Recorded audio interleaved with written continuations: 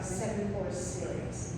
But today we get to meet our professor and get introduced to the concepts that will be in the course. So this space is being provided to us by the New York Society for Ethical Culture. If you're not familiar, is everybody familiar with this organization? All right. So, Ethical Culture is a humanist community dedicated to ethical living and to promoting ethical action on such issues as social justice and environmental stewardship. We have many, many interesting programs, including this one, of course, that go on all week long. And every Sunday, we have a service that we call a platform, and we bring in all kinds of speakers and have topics of interest. There are cards and literature on the rack for you if you're interested in our place to take on the way out. And our website is NYC, oh no it isn't. It's ethical.nyc in case you're interested. So I'd like to just ask how many people are actually registered for the course? Okay, cool. So almost everybody is registered for the course. And without further ado, I will introduce our professor, Terrence Coffie.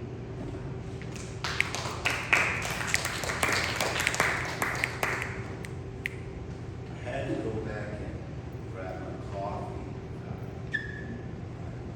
Students always remind me, Professor Coffie, do you have your coffee? When it's not on or off into God knows where.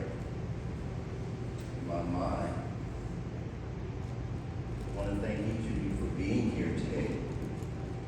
And I'm going to open with the premises. Can you hear me okay now? You can't hear me?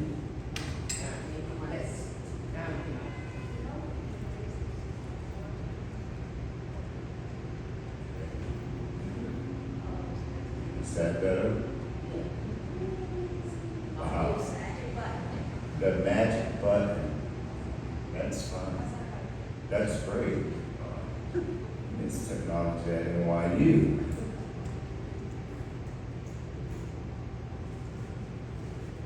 I'm going to open this introductory session with an excerpt from Baldwin's reading The Fire Next Time. And what I'm about to read is the premises of this course. It is the basis on which the work that we'll be discussing over the next 7 weeks, beginning next week, and it is also more so the premises of who we are in this room today and the commitment that we're going to make as we look at the world around us today. If we, and now I mean the relatively conscious whites and the relatively conscious blacks, who must, like lovers, insist on or create the consciousness of the others, do not falter in our duty now. We may be able, handful that we are, to end the racial nightmare and achieve our country and change the history of the world.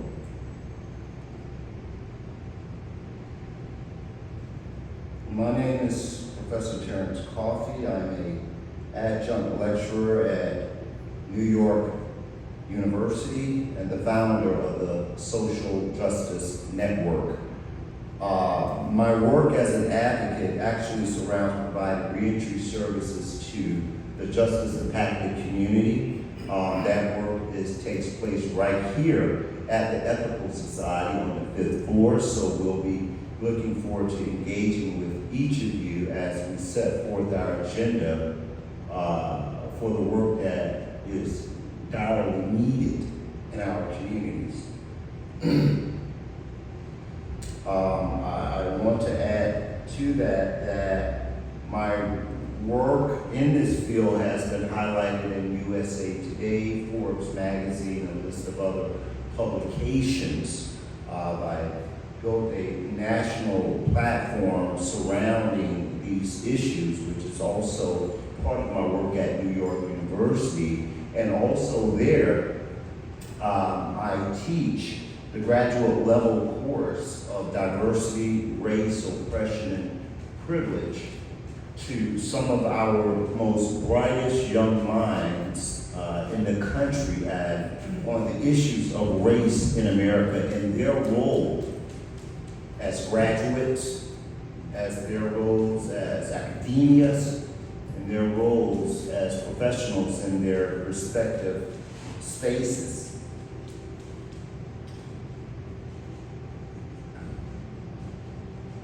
It's important that we have a saying, in order to know how we got to a place, we have to know where we began. So I want to read something that's held in the confines of our Declaration of Independence. And it's important that we understand that point, because there's a starting point to everything, in every conversation, in every movement, in every issue that relates to our country, us as individuals, the whole mechanism. And that starts with, and I'm going to read this.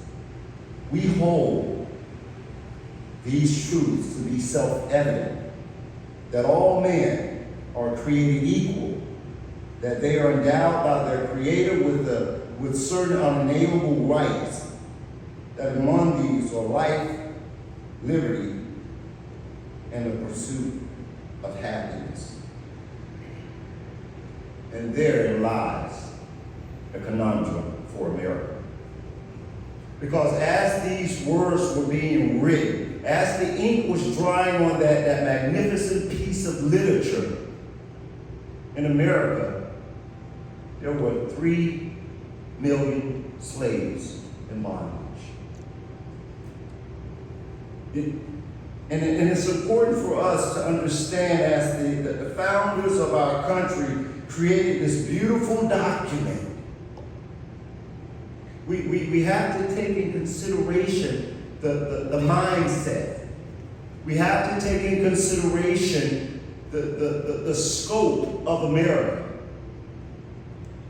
And we have to really take in consideration that if all men were created equal with the right to life, liberty, and happiness, what did that mean for those African slaves?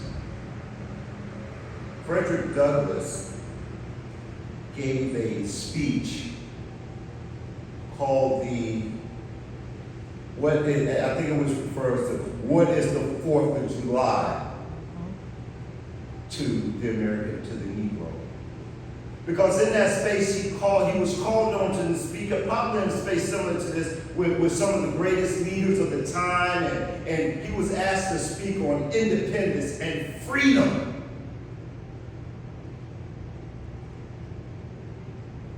Frederick Douglass was a slave who earned his freedom by going north, and he was asked to speak on the idea of freedom. Can you imagine being in, let me say this like I say to my students, in this space, before I end here, this is why I need my coffee, because I'll be shooting off all over the place. So you guys are going to keep me online. This is pretty much what our course is going to be. But I want to make clear what that looks like as we sit here in this beautiful space and know that while Frederick Douglass was asked to speak on independence and freedom and the 4th of July and apple pie and all these wonderful things out in the cotton fields of Mississippi, Tennessee. We had Negroes, and I'm being nice, but we're going to get past that too as we go on, because another part that's going to be very important for us to discuss is the language and the feelings and the degradation that was taking place through the language in reference to another people. So this isn't really going to be when I named this, when we said that we were going to create a brave space, I'm in an academia community and we like to use the word safe space.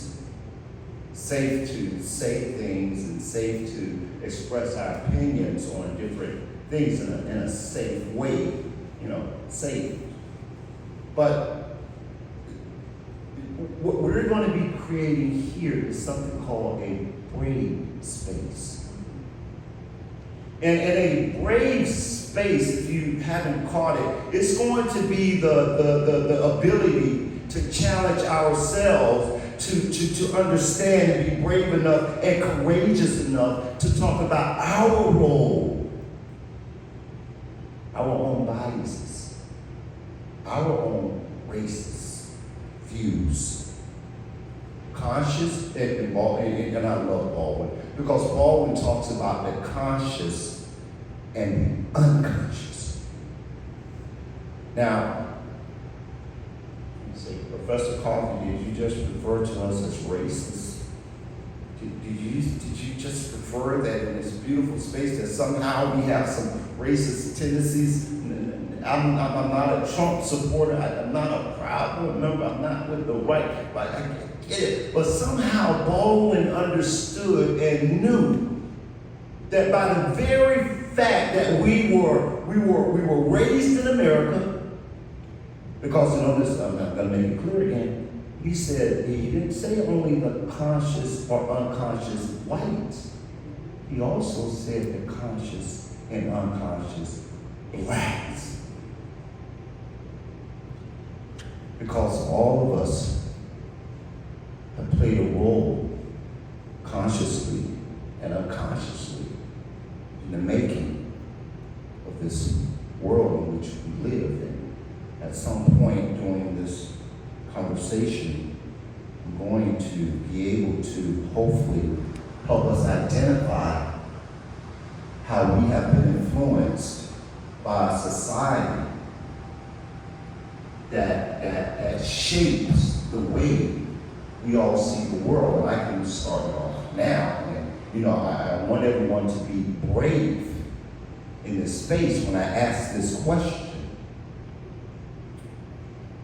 What color am I? What color?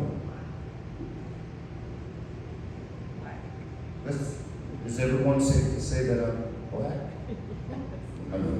I say it. On the safe side. And when I look out into this audience, what I see are white people. I see the African American woman here. I see a Latinas and the black. I can see,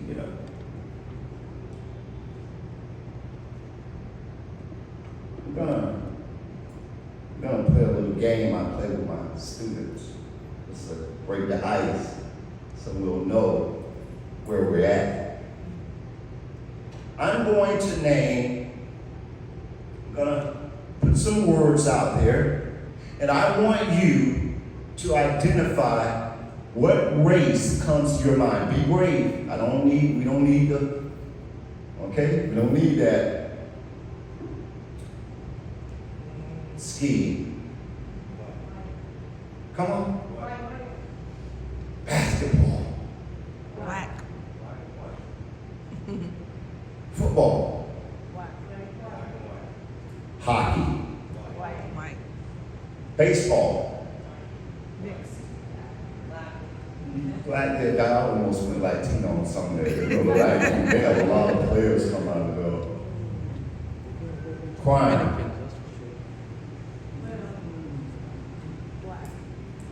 Crack cocaine. Black. powder cocaine, White. White. meth, White. marijuana. Oh, that could go either way. That's just America. We all hot.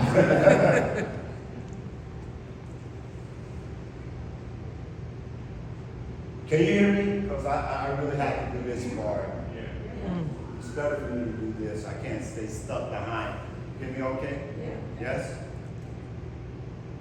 Why was it that we were able to identify those names based upon race? Newspapers. How? How did we sat here as a group of conscious whites and blacks, clear on who we are as individuals, but yet, when I just named names, somehow in our minds, we see that through the color, through the lens of race. How is that? How is it that when I said crack cocaine, African Americans make up 13% of the general population, however, we attribute that to blacks? How was it that I named sports, something that should be fun and neutral, right? But however, we each, and me too, let me say me too, so we'll know that we're all in the same boat together. When that lesson was first given to me, I'm thinking, whoa, how did I see? How did I learn as, okay, and you know I said brave spaces, right? So I'll be the first to be brave so we'll know what this whole process is going to be like. Do you know that I grew up in a town, when I usually ask my students, when was your first involvement with a person of color or a black person? When I asked them, were you ever in a school where, we don't like to say that because that doesn't really sound good, that, that's saying, I have a white friend, so that makes me. But guess what? Professor Coffie can tell you the same thing, that he grew up in a community where I had a white friend, like 2 white friends.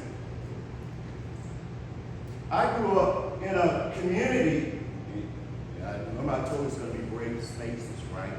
So let's stomach ourselves in, because if we don't talk about it for what it is, it gets watered down.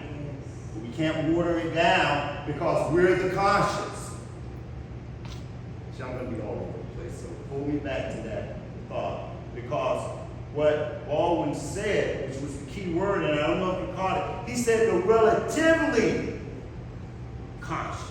That means we have a semblance of kind of idea. We know that's wrong, and we try to find the line in which we exist in this society to be the best version of ourselves in those spaces.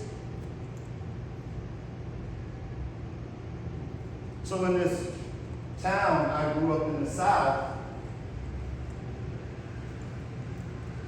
we were told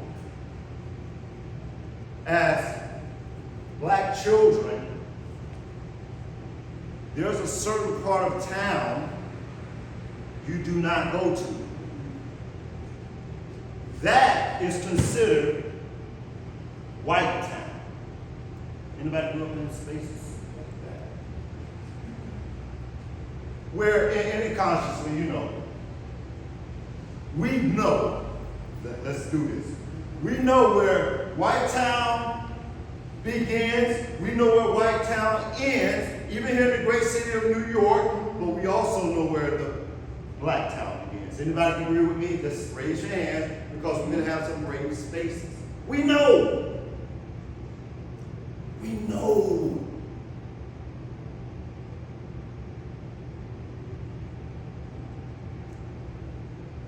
During my graduate years at NYU, one of our professors in a policy program asked our class to do a field study. And in our policy class, we were asked to get on the A train from West 4th Street, take the A train, and go to 125th Street. Anybody see the dynamics? Just the visuals of whatever I just said. West 4th Street, 125th Street. This professor encouraged us, and I need somebody to answer this question. He encouraged the students to ensure that we partner with someone as we go to 125th Street. Why did he ask us? And what was the problem? Why would we need to be safe? Why weren't we told to be safe at getting on West 4th Street? But we were told to partner before we went to one. Why was that? It's a black area. And what does that black area? And now here we go. Let's unpack what that black area means. What did that black area mean? Crime. Danger. Trouble. Big trouble. Yes. Concentration of people that you fear. Now, that's an academia. That's one of the microaggression statements that are made in this presence of a person of color. I'm thinking, whoa, time out. Because guess what the ironic part of that was for me? Felt the opposite. Say that? Felt the opposite. Felt the opposite. Mm-hmm. I, Professor Coffie, felt the total opposite. Because I lived on 127 at that time. I lived on 127. I walked in the community, I got to know the people. Hey, how you doing? Even the guys on the corner, hey man, what's up, good? Professor going to school? Yeah, right, y'all boys keep your head. Guess what, Mike? Yes. Couldn't there be another explanation or benefit to going with someone that you might have two perspectives instead of just looking at it through your one lens? Yes. Depending on who you went with and Yes. might confirm you or challenge you. Right. You're absolutely right. And she's And right. that comes from There could have been academia. another perspective. However, and I could have took it, and I would have, but that's what I want to say. I wanted someone to say it because he said when you're there, be careful.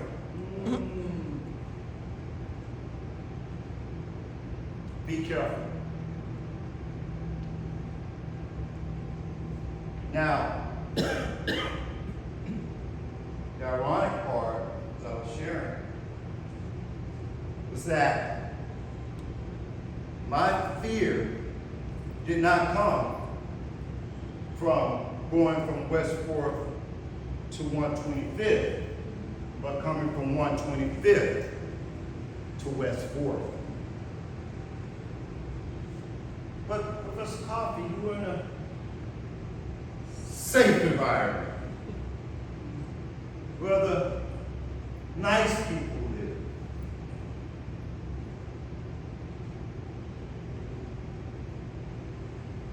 My fear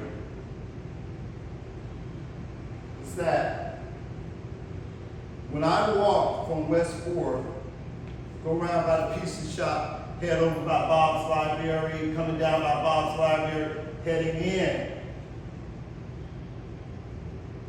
My fear was when campus security would stop, I would see them stop the blacks and like, hey, when you get too close to NYU, it's like, hey, what are you?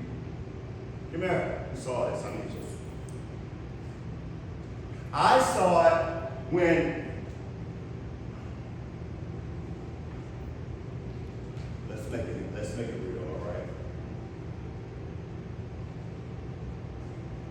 Professor Coffie, with his books, considered now one of the brightest minds at NYU, walking, and I have my fiance knows we have our identification card with campus.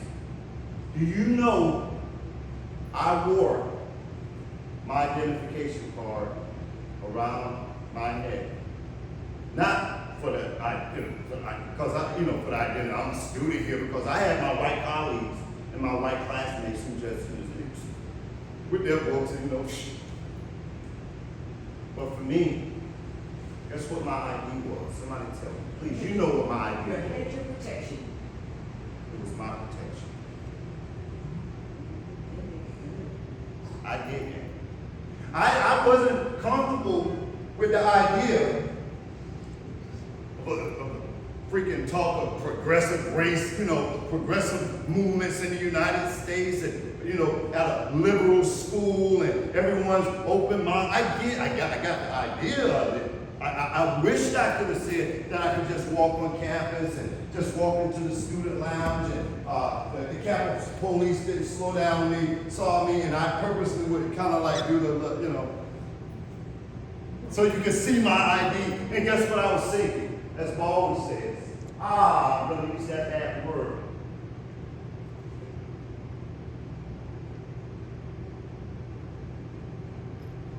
I felt like a safe nigger.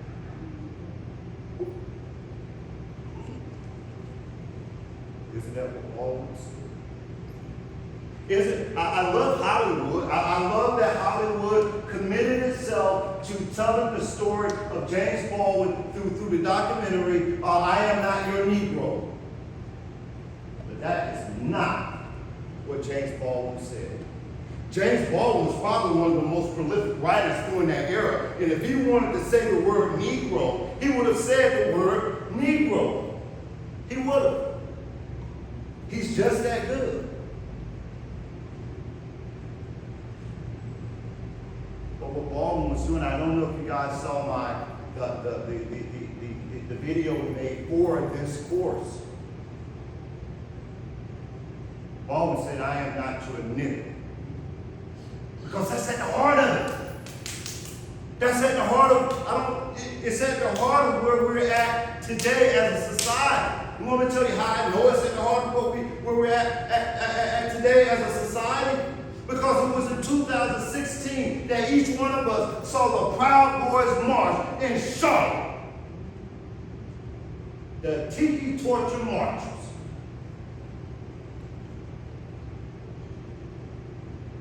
And each one of us saw it. What did we see? What did you see when you saw the Tiki Torture Marches? In the white shirts, and similar to our former, I'm not going to get into that. I'm not saying that they were trying to, But what did you see when those students in Charlottesville marched with their Tiki torch? What was that feeling? As a white man, what was that feeling? What was that feeling for you? What was that feeling for you when you saw it? What was it? Rage. What was it? What was it for you? Yeah, that's about right. What was it for you? Huh? What was it for you, Bob? Anger. Shame. You know what it was for me as a black man? Somebody tell me what I felt as a black man. Come on, let's be honest. Fear. Business as usual. Business as usual. Fear. Anger. And that's one word I didn't want to say. It was easier for me to convert that into anger. But let me tell you what I actually felt. Fear. I, as a black man in America, saw that, and it was the first time. You know, I'm academia, so I have an opportunity to roll back the pages of history and look at when they talked about the Ku Klux Klan, when they talked about those families living in fear when the Klan marched on their towns. I didn't know what that felt like. I could read it, but it was such a disconnect for me. We're in the progressive, we're in 2022. Well, we're in the what, right? That's so far back. We elected Barack Obama. Of course we solved it. Of course we solved it when we passed the civil rights era. Did we solve racism? Come on now, we passed the Civil Rights, the Civil Rights Act. Didn't we solve racism? Didn't we eliminate it from our society? Didn't we finally get rid of that cancerous thing. We did it at the legislative level. Didn't we?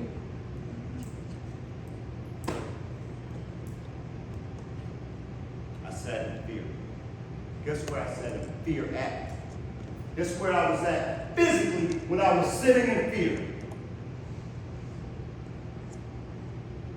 In my office, similar to the 5th floor library, with all my, I sat in fear.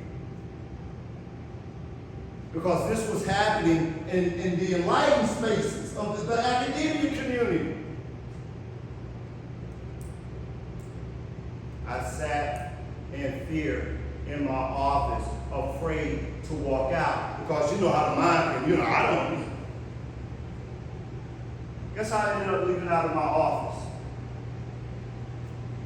One of my white colleagues came out of office because New York University, we have a very, aggressive way of making sure that we support our communities, whether it's the Asian community, this community, however so he came by to ask me. You know how the white, you know how it is, kind of uncomfortable. You want to do it the right way, but we don't know how to do it the right way, because he knew that it wasn't him that, but he could empathize with me, but he could feel sympathy. And we both realized that in that moment. He's a great friend. Dr. Pierce is a great friend of mine, I promise you. But as a white man, he couldn't identify. He knew that he needed to be there, but in what way he did not know. And you know what I said. What do you think I said? It ain't your fault. Huh? I'm fine. I'm fine. It's not your fault.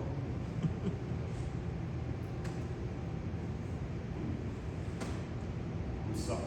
He told me he was sorry for the act of some other people, and somehow it was. It's not on me, man. But, still, I don't think I was bothered. He said, well, are you going out? I said, yeah. I said, yeah, I was just about to head out anyway. You headed this way? I promise you I did. That's my, should I say that's my shame? Should I say that's my survival?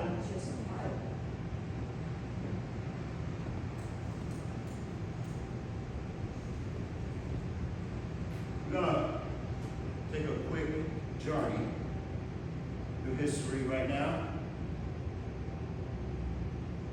There was the Civil War. There was the Emancipation Proclamation. There was 100 years of Jim Crow. There was the Civil Rights Movement.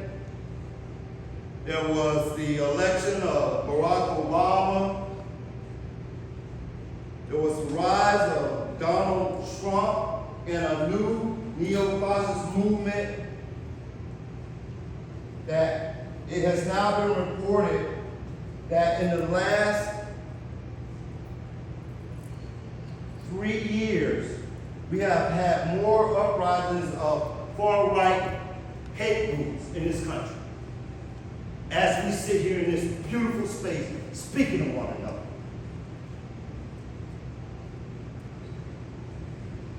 We witnessed something called the Capitol riots that all of us, what is this? And someone, I think one of the senators, he said, oh no, it's just another tourist day. It was just another day of touring the White House. It's nothing major, just, blow off a little steam. Yet still 1 year prior to that, and I want to do this one because we saw what took place on Terrence 6. We saw that. As Americans, as humans, as people, we saw that, and the world saw it.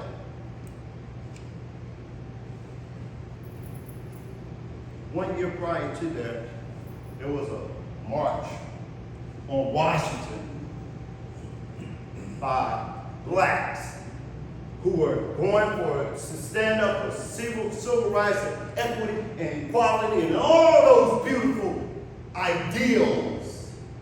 Remember, it's in the Declaration of Independence. You said that I have a right as an American citizen. I'm an American citizen, right? I have the right. However, those advocates, students, black and white, more black because we said it, marched on Washington, and they were met by the National Guards with arms masked up, tear gas, and ready to go. A peaceful march. We even said it was going to be peaceful.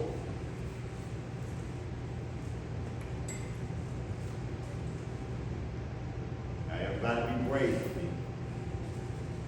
What do you think that would have looked like if those African Americans stormed the White House? Come on.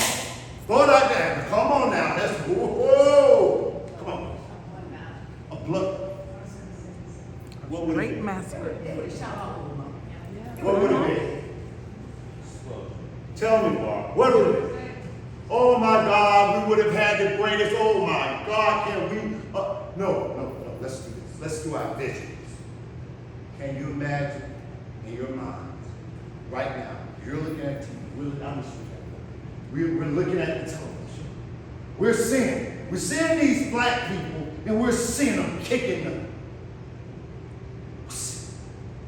What would you have felt as a white man to see that? Cheering. What would you have done? Same black. Remember what we saw with our whites. Imagine those are black people kicking them. I would have been terrified for those black people. For the people invading, not for white, because they would have been shot. No, they do. We wouldn't. No. I don't even. I still try to fathom what I really try to fathom what that would have looked like. I really. Even the Nation of Islam led a million-man march in which they did a peaceful march out of respect for this country and the values on which we stand as a society. Exercise. We'll never disagree. What did it look like just trying to go to a coffee shop and sit at a coffee? Oh, you can do it seriously. You got my notes somewhere. Barbara had gave you my notes. Because that was the capital, but as one of my students just shared, we're talking about sitting. Anybody who was in that era, come on, I know, it was anybody in that era of time when blacks wanted to sit at coffee tables, when they had signs that said black homely, whites homely. No, what it said, no Mexicans, no dogs, no niggers. I've seen it. Anybody else in here? Couldn't go Grew in. up in that era? How was your life shaped from that? How was your life shaped that brought you to be in a space like the Ethical Society? Well, I lived very near Watts, and it happened by total circumstance to be driving through Watts on the day that the uprising broke out. But I drove through without even realizing what was going on, and I was freaked out, I gotta say, when I got to where I was going. To adapt to the reality of race relations in that era, which I never thought about a hell of a lot, to tell you the truth. Because as a teenager, I met the first black people I ever knew when I went to high school at a Catholic high school in South Central Los Angeles. And it was the first integrated group I'd ever been around. Yeah. I'm Latino, and the first black I ever met too was, right? Like, black when I say not in color, because obviously I'm black, but in nationality. So when I go to these spaces with Terrence, I let them know I lived in a bubble as well. I know, let me say this, and let's all of us be clear. I promise you, I wish we would have solved the issue of race in America. I wish that we could have just like I think Rodney King, can't we all just get along? And we really all, I really wish that was the society. I tell my students there are two aspects of America. There's the ideal of America, and then there is the reality. Yes. So I want to share something. I was raised in LA, in Whittier, California. It was a gated, incorporated city. We had nothing but white. Jews, blacks, Latinos, nothing. I was very young, this was in the 60s, and I was a trainee at a department store. The young woman working the cash register was black, and we developed a friendship. We were about the same age. Good old-fashioned coffee house counters, went to lunch at the local drugstore at the counter, and I sat with her. The second day that I joined her for lunch, she said, "Don't sit with me. You're on the training program, and this will hurt your ability." So I experienced someone that I wanted to make friends with, and it was like an interesting reverse. I was ignorant of why can't I be friends? And she, because we were friends and talked every day in the apartment that we were in together, which I think, when I think about it, anyway, I just wanted to share this kind of reverse. And I'm sure that, thank you, and I'm sure that as we continue, those memories and moments are going to come to each of you. As we talk, there are going to be those moments, like, when did I first encounter a black person? How did I understand, made friendship with a black person? What was that like in my home? What messages were I given in home? Yes? I think it's good to share our backgrounds and our histories and things like that, because we'll bring something different to the table here, just with the platform. For me, I grew up in New York City, and I grew up, I went to public schools, and I grew up always in diversified neighborhoods. So seeing other people of other cultures and other religions was never something new to me. And the places that I grew up in, they became quite minority. So I had friends coming to me to feel okay going home, or walk you home, and a lot of times I was very happy that it was winter time because I could cover up my skin. And so when I looked to see a lot of the stuff that was going on more recently, it wasn't that I was ignorant of it, it was that it was so pronounced that these things were going on in places, especially in the South still, because of different reasons historically. But I just had the overwhelming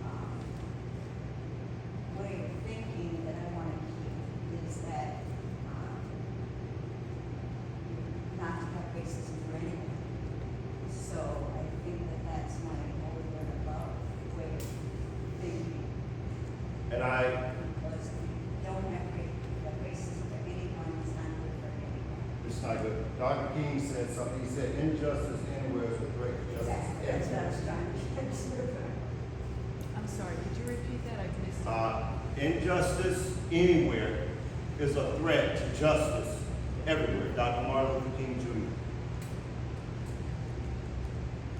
We're going to talk about justified anger amongst blacks and whites.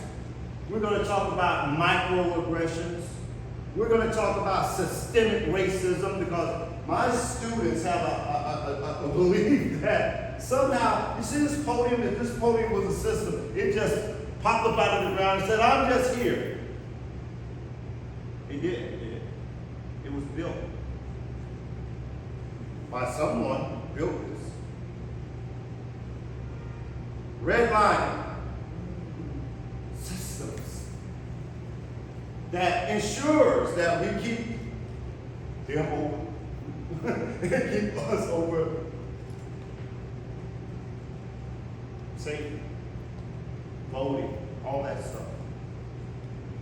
Did you know during our last election cycle that in some states they have now made it illegal for you, or me, I mean whoever, and predominantly black people to stand and give a person water as they stand in a long line to vote. We have now made it illegal. If I give you water, you cannot support a person who's standing. And in that district, you have a lot of elderly voters. You know what? They're going to come and vote because they're from the old school. They believe they fought for voters' rights. They died for it. Do you know that as I stand here as a black man, and predominantly a great majority of you in the audience today are white, do you know there was a period of time that this would not have happened? Some of us know this now wouldn't even be. We do all know that, right? As much as we like the ideal of America, the reality of America is something very different. And let's also keep in mind that the Civil Rights Act wasn't passed until 1965. So we have 100 years of Jim Crow to unpack. We have the slavery to unpack. We got to go down the list.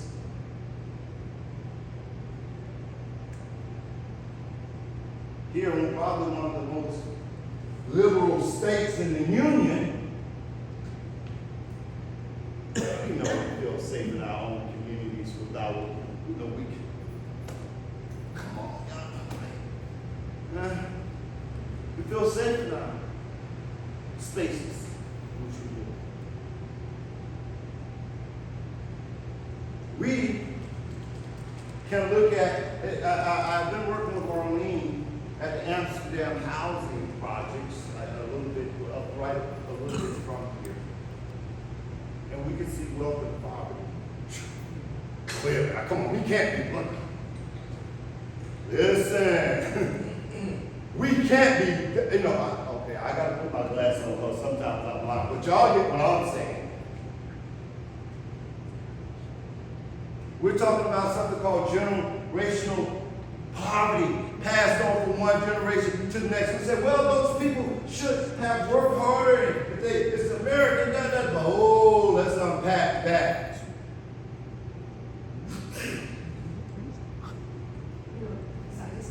Yes. You're saying something about, one of the things that's problematic, and I know you're going to bring this up, is the idea that you have to remember, we call them Eagles now, slavery descendants of the South.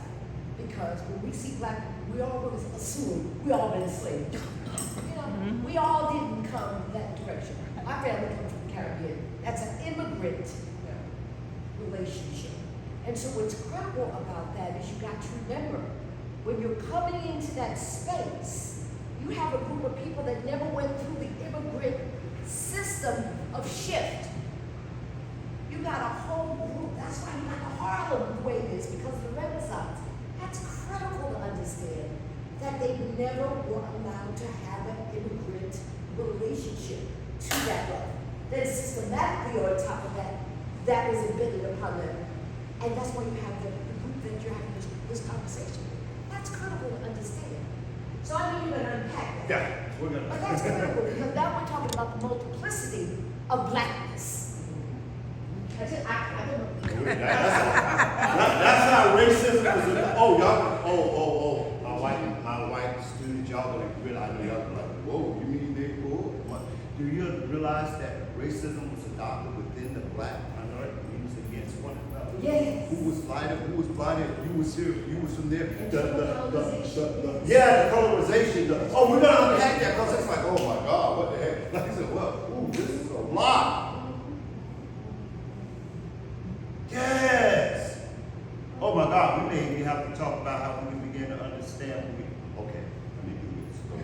it's just us in here today. Let me make sure. Black on black crime. Yeah. Black on black crime. Why isn't there white on white crime? White collar crime. White collar crime, right? Do you know more murders take place within whites? Because for one, it's just a majority in our society as a whole. When you look at that number just in and of itself. But boy, is this idea of black on black crime got its own name. Talk to me. So Liz just said, reminded us that there is white collar crime, right? But when we think about, because you mentioned some microaggressions, so when you think about angel food cake, the color of the angel food cake and the color of the devil's food cake.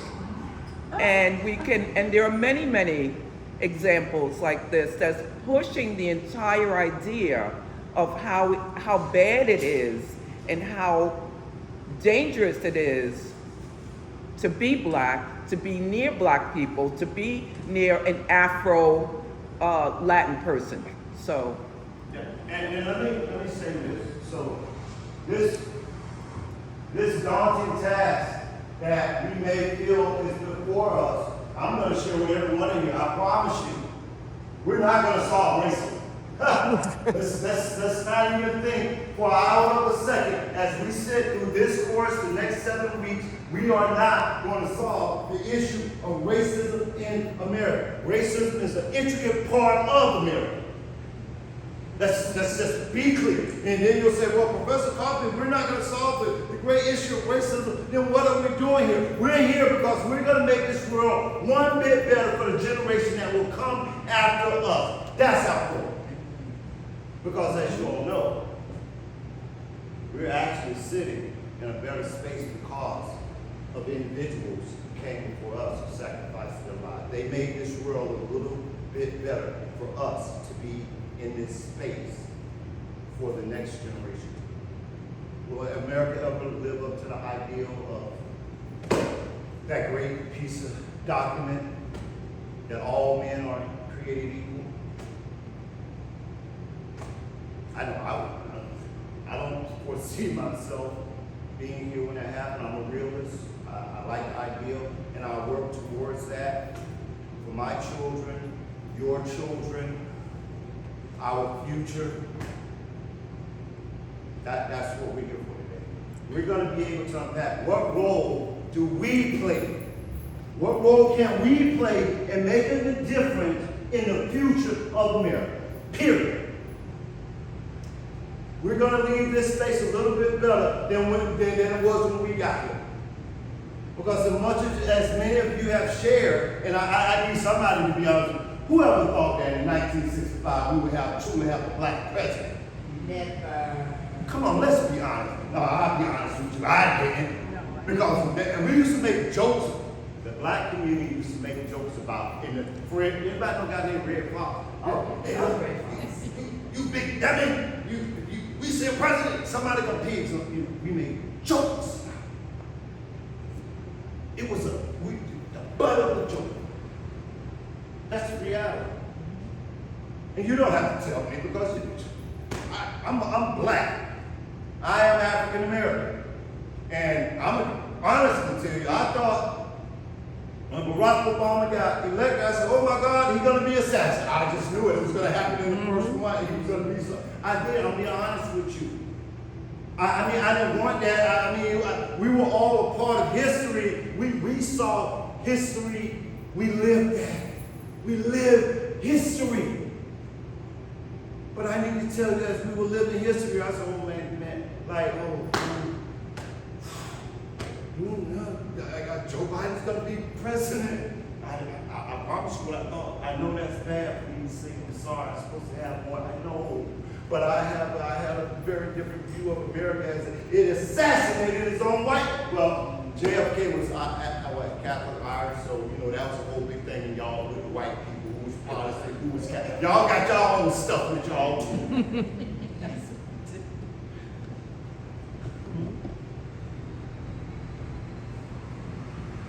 But at the core of classism, racism, sexism, all our isms, is one clear concept.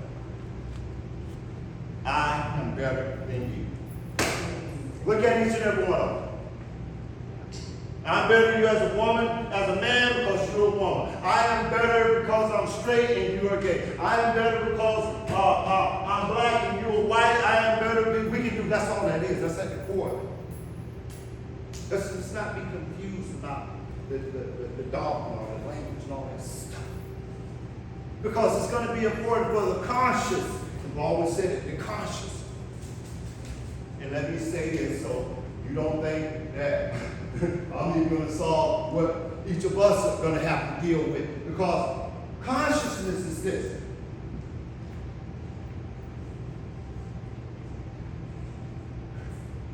We will always enter spaces in which we will see the world through that lens. Let me make it clear. The consciousness is this. When you recognize it, how do you act after it? That's where the difference comes in.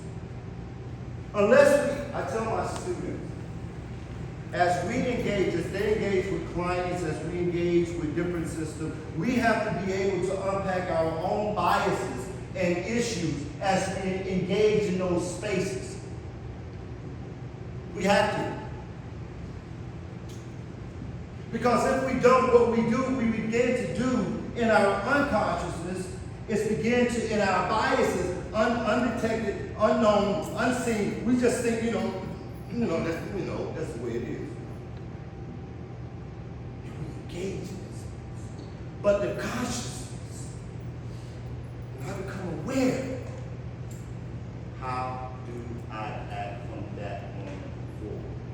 And I promise you will be unpacking a heap of stuff. Oh my God, Jesus Christ, I still do it. I promise you I still do it. But I'm conscious. I am conscious. I am conscious to know that every white person I meet now don't want to see me hanging from a tree. Oh, y'all didn't think it with that deep. I'm from the deep south. I was taught that. Oh, y'all don't get well. Please stand. Please. We got to do history, don't we? Come on. She's like, why I got to be the student? Why? America. Yes, ma'am. Ma'am. You married over here, ma'am?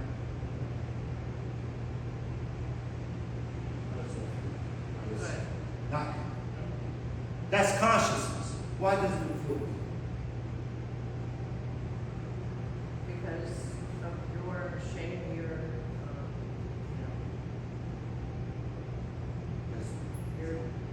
Oh, I'm sorry. belittling yourself Because if I have he's going to make sure. Boy. Make sure. So if I have oh, I made eye contact. Oh, y'all do. Some of us do know that's the reality, right? Of America. Certain parts of America. Certain. Not everywhere in America. Oh, here we go. There we go. There was a time in America where it was all over America. It was not written, but it was a given. That's right. And I'll share with you how given it is. Jersey. Given. You see, what she said was absolutely right. And what you said was absolutely right. The consciousness. There was some consciousness that took place. Because remember, the idea of the major part in the beginning, that we have our Protestants and some Catholic religion who disagreed with slavery. And the practice of it. However, they didn't treat the black people like they treated black people, but the black people still, And the system caused it to happen. because systematically those laws were in place. So if you're white and don't agree, it can cost you your life. Oh, yeah, oh, let me give you that word. Oh, sorry, I'm being so bad today, aren't I? Because, see, most of my white colleagues and friends in here, you do know what you would have been referred to a few years ago. You do know the words, right? You know the words. What is it? Nigger lover. Say it. This is a brave space. Say it. Nigger lover. You was a nigger lover. That's what they referred to you. Oh, you would have been just, you would have been all nigger lover, la la la la. You just, Burned to the stake. That was the reality. Oh, don't even get to, we're not going to get into talk about no relation. Oh my God. Somebody would hang from a tree. Do you guys know, oh, just to bring you up to speed, our Congress of 2022, earlier this year, just voted. They said that we believe that it may be a hate crime or wrong for you to hang a black man from a tree. 2022, we just figured out that I think that might be wrong. You do know that? Yes. I mean, black man hanging, lynched, you mean, we just figured that, duh, like my students say, duh. It shouldn't even need to be legislation. Thank you. That's the deeper part. You mean we have to pass a piece of legislation to say that it's wrong for you as a white man to hang a black person? And guess what? Black people heard it too, just like you heard it. Just like we're here discussing that. You know it came on the news and, you know, black people got TVs too and plasmas and all the hell good stuff. And we were all like, do you know that it took a piece of legislation to validate my blackness? Should I say it like that? It took a piece of words from a white man to validate my existence in my blackness, not to hang me from a tree that we think that might be a hate. It doesn't mean they ain't gonna happen. It just means that legislation is in place. Doesn't mean the hate's not here. That's right. You can't legislate that out. You can't legislate. Someone asked me, how did I feel about exactly? You can't. This is a moral compass now. Someone asked me, as a professor, Professor Coffie, do you believe that law enforcement should be given cultural training on how to treat a black person? I'm thinking, well, why would I need to have cultural training on how to treat another human being? Why? I don't get it. Because, see, for me, I get it. You know, I'm fortunate. You know, I live in a privileged space. Let me be honest. I teach at NYC. I have my, and I live in a space of privilege. And I have an opportunity to watch our law enforcement at its best on West 4th Street. I see what community engagement looks like. I see what, hey, young man, I see it. But I used to get on the train and go back to 120. It's not 125th. I'm 135th. Oh yeah, I went on 125th. And I seen the exact same things being done on West 4th Street by some of my very students. And, you know, they jump the turnstile and they cussing and just kids being kids, as we have to say. However, kids being kids is not kids being kids on 125th Street. No. Jumping the turnstile, we get 5 police officers, the dogs, the band on the top, and they're surrounding them. And I remember the first time I saw them. You got it. I said, yes, no, I'm judging that. No, something like that. No, he jumped the turnstile with a bat.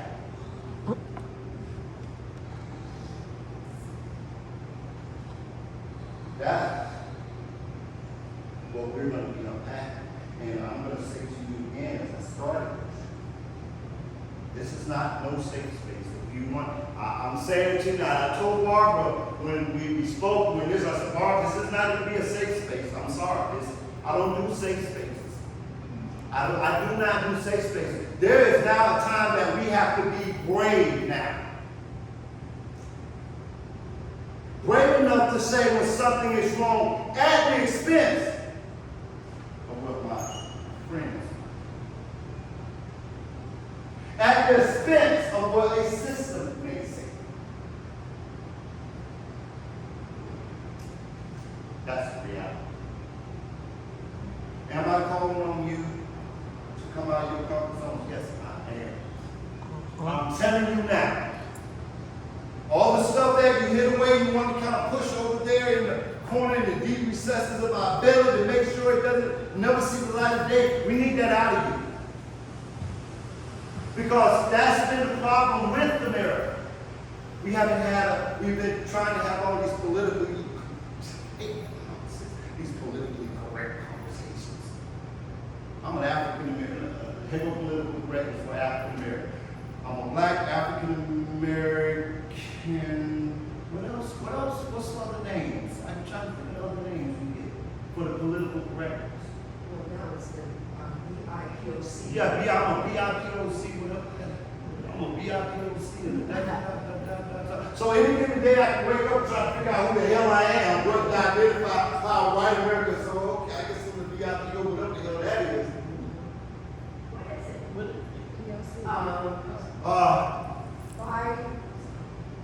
Bisexual independent person of color. POC, person of color. White indigenous people. Right. So Bye. okay, I'll take it. That's why I'm there. We got a whole lot of names we're trying to sort through. Because any day, someday I may just feel like an African American. Someday I just want to be black.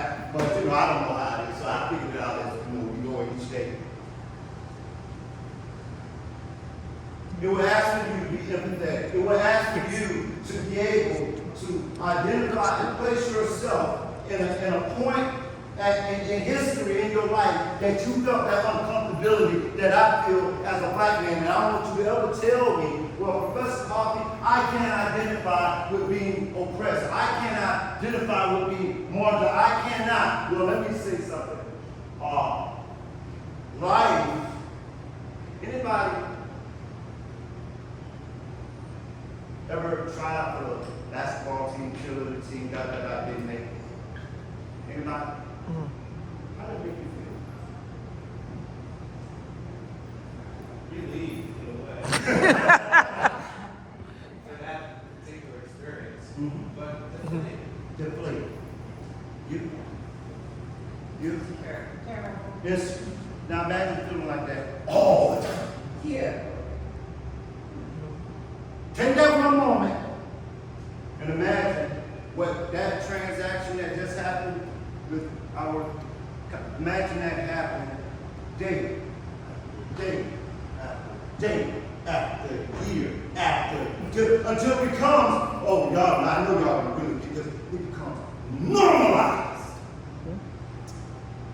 on both sides of the spectrum.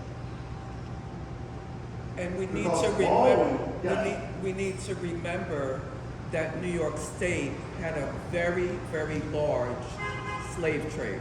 Oh, yes. As many people say, oh, it was in the South. No. It was predominant in our country, and I know, I'm going to say this. Listen, as I said, if we don't work through the uncomfortable moments,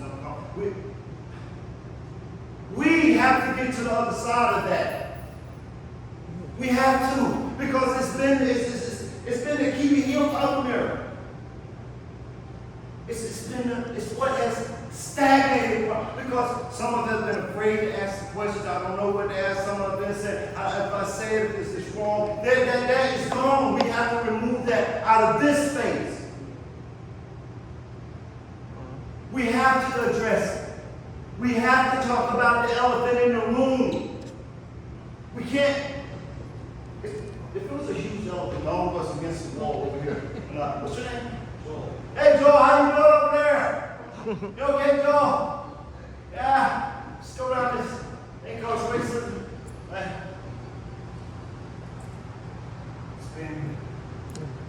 We just never want, nobody just wanted to say, Joe, I think what's kind of telling me who you are, telling you who I am, is a thing called race where I was told that you were this. I'm telling you what I was told about you, Joe. I'm telling you. Joe, they told me that you hated me. They told me that you wanted to hang me from a tree. They told me to never look you in your eyes. They told me that if I said something to you, you were going to call me a nigger. They told me to, I'm telling you what they told me about you. They made me hate you, Joe. Anybody saw something called a movie called The Birth of a Nation? I really want to show that. Called The Birth of a Nation. It was when they ended slavery in this country, and all of a sudden, they created a narrative around African Americans in this country that we were going to come out and we were watermelon eating, lazy nose scums who wanted to rape all the white men.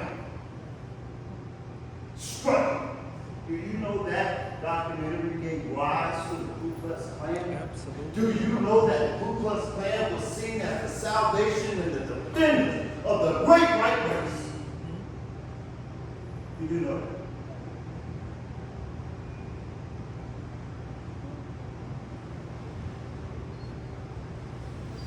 Do you know that that same messaging still takes place today?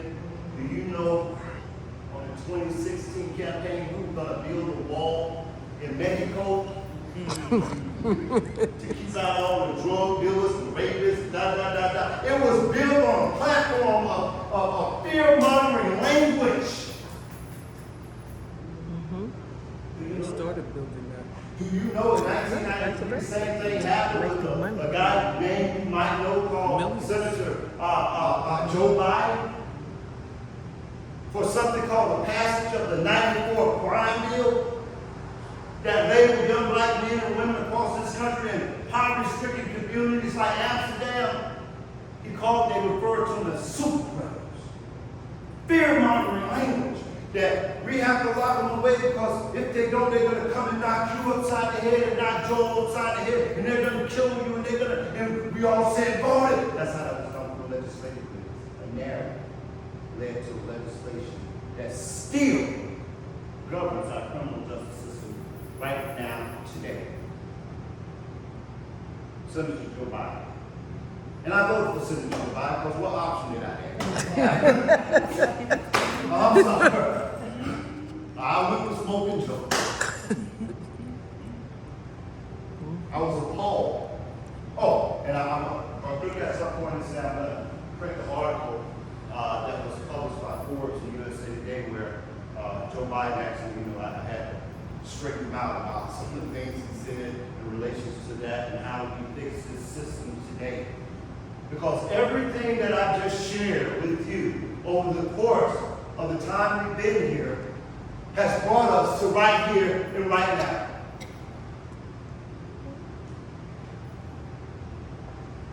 Each era of time will give rise to the advocates and agents of change for tomorrow. We're in that era. What does Baldwin's fire next time got to do with this? Everything. The fire next time.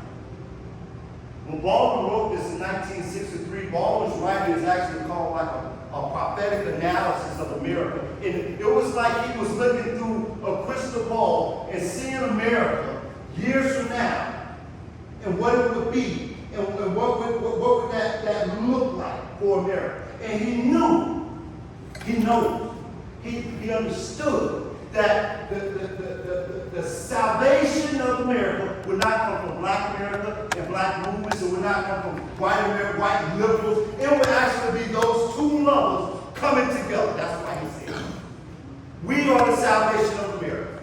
Not the far white right, not the far black, I'm just telling you. For the ideal of America. Fire next time is an old people spiritual, remember? Yeah, that's what he got from Noah. So that's a really a relevant component of that too. He took the rule. He said, and if you don't believe, if you haven't caught on to what's been going on in probably the past 10 years, the foundations have been shaking. You haven't felt it. We're questioning the the spirit of America. That's what's happening. What you feel, that uncertainty, that's the shaking of the foundation. It's shaking. It's starting to crumble. I'm telling you what's happening.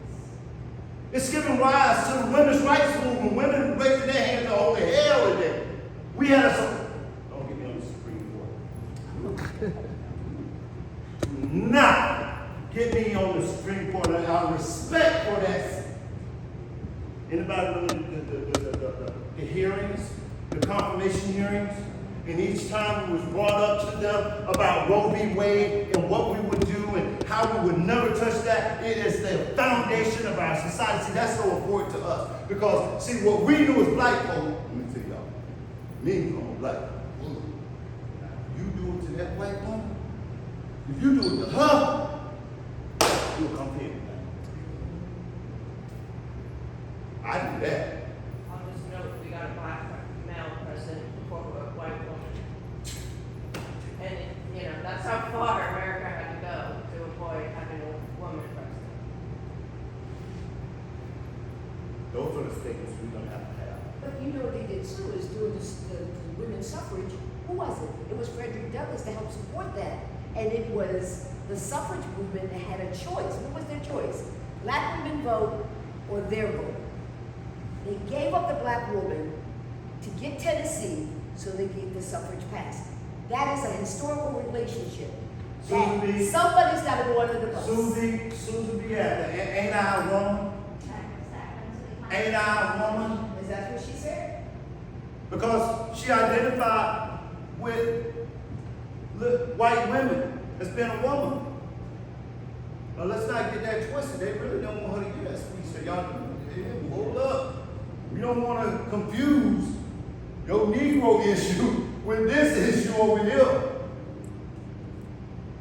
Division. Those are the things we're going to have to unpack.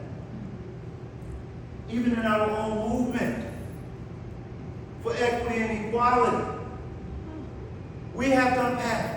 And I'm going to go to it over and over, and you're going to hate me by the time this course ends. The conscious whites and the conscious blacks. It's raising our consciousness now. I'm in a space that my consciousness is raised where I can say, Joel, I know that when it's over, you're not going to have them boys out there waiting for me saying this nigga was in there talking about equity and equality with a bunch. I know that. I know at the end of this, when we all get together, there will be no secret plan to get. They had this movie. God, I can't remember this movie. Where this black guy was dating this white girl. Get out! Had me scared to go to my white friend's house for a while. My classmate Terrence, like, you coming over? Nope. I got the ding, and I get hypnotized. That's right. Because that movie in modern time addressed some of the concerns of this era. Get out. We are the pioneers. I'm telling you who you are. I'm telling you, for you to be in this space talking with me about this topic, for Barbara and I to engage in the way we do with Marlene and with the various people I have, we are the fighter next time. We are unapologetic. We are not going to be compromised on what's right over what's wrong because of my black skin or your white skin. Because the ideal of America is our code. All men are created equal, and we cannot compromise that. It's already been compromised. It was so compromised until we passed. Let me tell you this. Do you know that in the Constitution of the United States under the 13th Amendment, that slavery is justified? I know you didn't know. Slavery in America is abolished except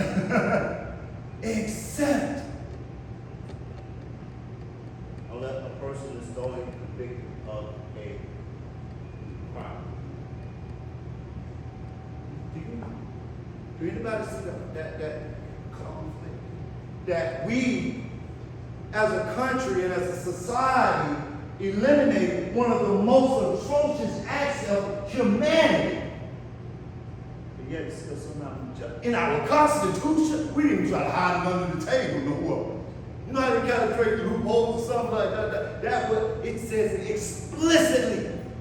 Except we justified the very same system which we said was a trust.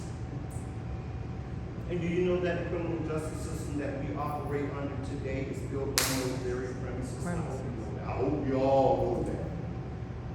That's why in this country, we can think about sweatshops and say, it's holy hell that how are you going to take those children and pay them, 25 cents an hour to make that in that sweatshop and but right here in the good old United States in our correctional institution, we pay men and women 25 cents an hour for corporate. Do you know that Michael Bloomberg, while on the campaign trail of 2016, that his campaign hired and went to a correctional institution for those people there to make campaign calls on his political campaign calls. They don't even have the right to. That's almost like feeling like we're back in Frederick Douglass time. You mean you're gonna talk about freedom when I ain't got no freedom? That's real. And we're not going to talk about Pepsi, Coca-Cola. We're going to go down a list of corporations that use what we call the prison industrial complex, but it's another word when it relates to the criminal justice. We used to call it convict leasing, but prior to that, they used to call it slave labor. You know how you put a different dress on, you think I'm a different person, but you're the exact same thing? That's happening now. So over the next 7 weeks, we're going to be unpacking all of this. Not all at one time. This was just kind of give an overview. We're going to take a bite at a time. I know some of it's going to make us uncomfortable. That's what it's supposed to. You know, like something and you don't get it. I promise you I'm going to make you uncomfortable. I'm telling you now, so you don't even have to worry about it. You won't even question yourself. He is going to say or do something that's going to put me in that gray spaces. This is not a safe space. I want to thank you for having me. I want to thank you for your time. We're going to be here for a little while to meet everyone, to talk. My fiance in the back of the camera, we have some outlines on the work that the Social Justice Network does right here at the Ethical Society. And hopefully you want to get involved.